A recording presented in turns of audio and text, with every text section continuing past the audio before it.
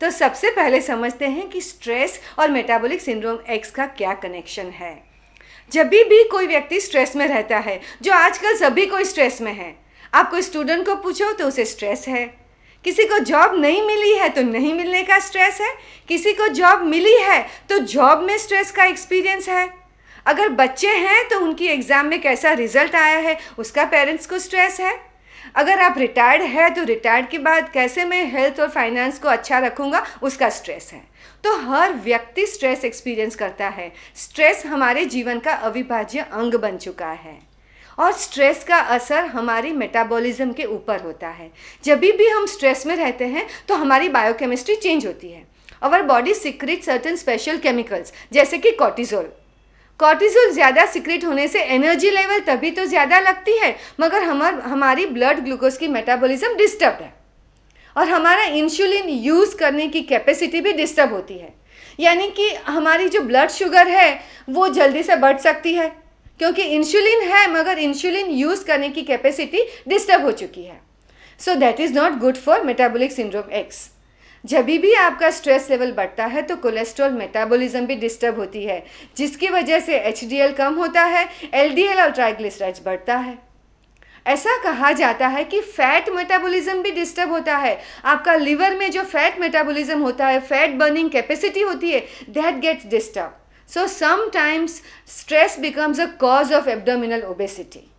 तो आप समझ सकते हैं कि स्ट्रेस का कनेक्शन है और स्ट्रेस हमारा एक हिस्सा भी है। तो चलिए समझते हैं कि स्ट्रेस क्या है और उसे कैसे कंट्रोल में करें। स्ट्रेस का मतलब ये नहीं है कि कोई बाहर से परिस्थिति हुई और इसकी वजह से ही हमें स्ट्रेस है। स्ट्रेस के 3 स्टेजेस हैं। एक तो कुछ होता है, चाहे आपका दांत दुख रहा है और डॉक्टर के पास जाना है और आपको ऑफिस में देर हो रही है क्योंकि आपके बॉस ने बहुत बड़ा प्रोजेक्ट दे दिया है, तो ये भी आपके लिए स्ट्रेसफुल परिस्थिति है। फिर जब ये परिस्थिति हुई फिर आप सोचेंगे कि कैसे बॉस है, कैसा काम है कि मैं डॉक्टर के पास भी नहीं जा सकता, और आप सब नेगेटिव सोचने लगेंगे तो आपकी बायोकेमिस्ट्री ज़्यादा डिस्टर्ब हो जाएगी, आपका दांत फिर से दुखने लगेगा, आपके चेहरा भी तना हुआ हो जाएगा। तो stress is a 3 step phenomena. कुछ होता है, फिर दिमाग उसके बारे में कुछ सोचता है और उसके बाद में बॉडी चेंजेस होते हैं। तो जब भी आपको स्ट्रेस मैनेज करना है तो हर स्टेज पे मैनेज करना है। स्ट्रेसपूर्ण परिस्थिति खड़ी होने से पहले उसे मैनेज करना है। जैसे मैंने आपको एग्जांपल दिया कि डॉक्टर के पास जाना है और बॉस ने बड़ा काम दे दिया, तो उसके लिए आपका कम्युनिकेशन कैसा रहा आपके बॉस के साथ, that will help you to reduce your stress. अगर आपने सुबह जाके ही बता दिया ऑफिस में कि आपका दांत दुख रहा है, आप 6 बजे निकलना चाहते हैं, तो शायद बॉस आपको प्रोजेक्ट 5 बजे नहीं देंगे, जल्दी से ही दे देंगे। तो आपका कम्युनिकेशन टाइमली होना बहुत इम्पॉर्टेंट है। फिर आपका टाइम मैनेजमेंट और प्लानिंग भी बहुत इम्पॉर्टेंट है, क्योंकि आप पहले से ही समझ सकते हैं कि ऑफिस में आजकल बहुत काम चल रहा है तो मैं थोड़ा देर की अपॉइंटमेंट लूँ। तो आप अपना प्लानिंग करेंगे, टाइम मैनेज करेंगे तो स्ट्रेसपूर्ण परिस्थिति खड़ी नहीं होंगी, बार बार खड़ी नहीं होंगी।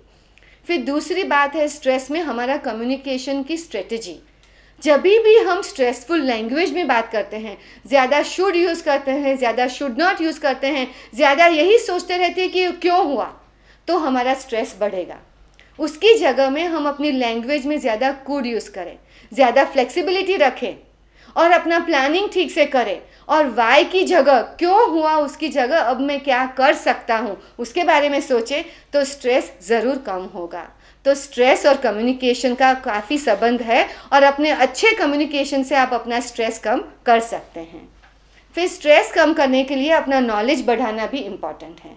जितना आप इंटेलेक्चुअली अच्छे रहेंगे, नई चीज़ें जानते रहेंगे, अपने जीवन में आगे बढ़ते रहेंगे, तो स्ट्रेस कम होगा।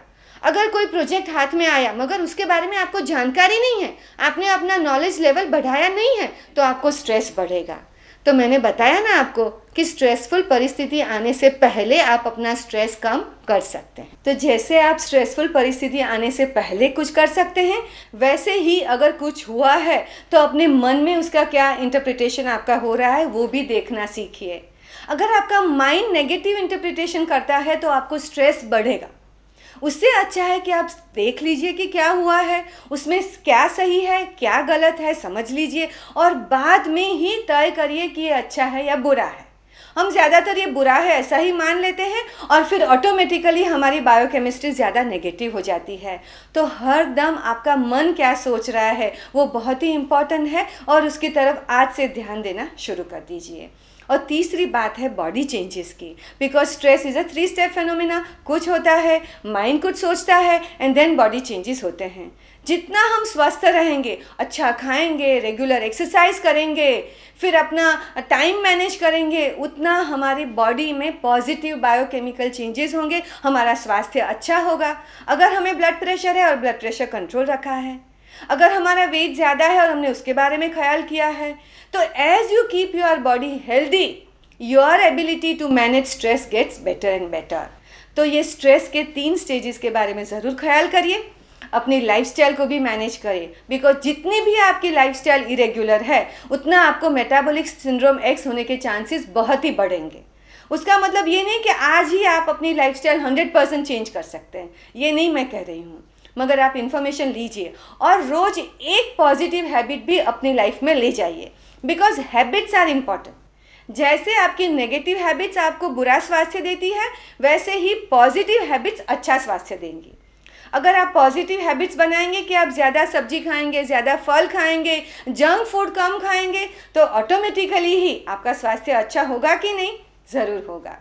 जैसे ही आप हैबिट बनाएंगे कि मैं रोज़ कुछ भी एक्सरसाइज करूँगा, कुछ भी तरीके से मैं फिज़िकली एक्टिव रहूँगा, चाहे मैं वॉक के लिए जाऊँगा, स्विमिंग करूँगा, दोस्तों के साथ कुछ खेलने जाऊँगा, या तो अपनी ऑफिस की सीढ़ियाँ भी चढ़ूँगा, लिफ्ट कम यूज़ करूँगा, वैसे धीरे धीरे धीरे छोटी छोटी हैबिट्स आप अपने जीवन में ले जाइए, बिकॉज मेरा ये मानना है कि habits make human being, habits make health.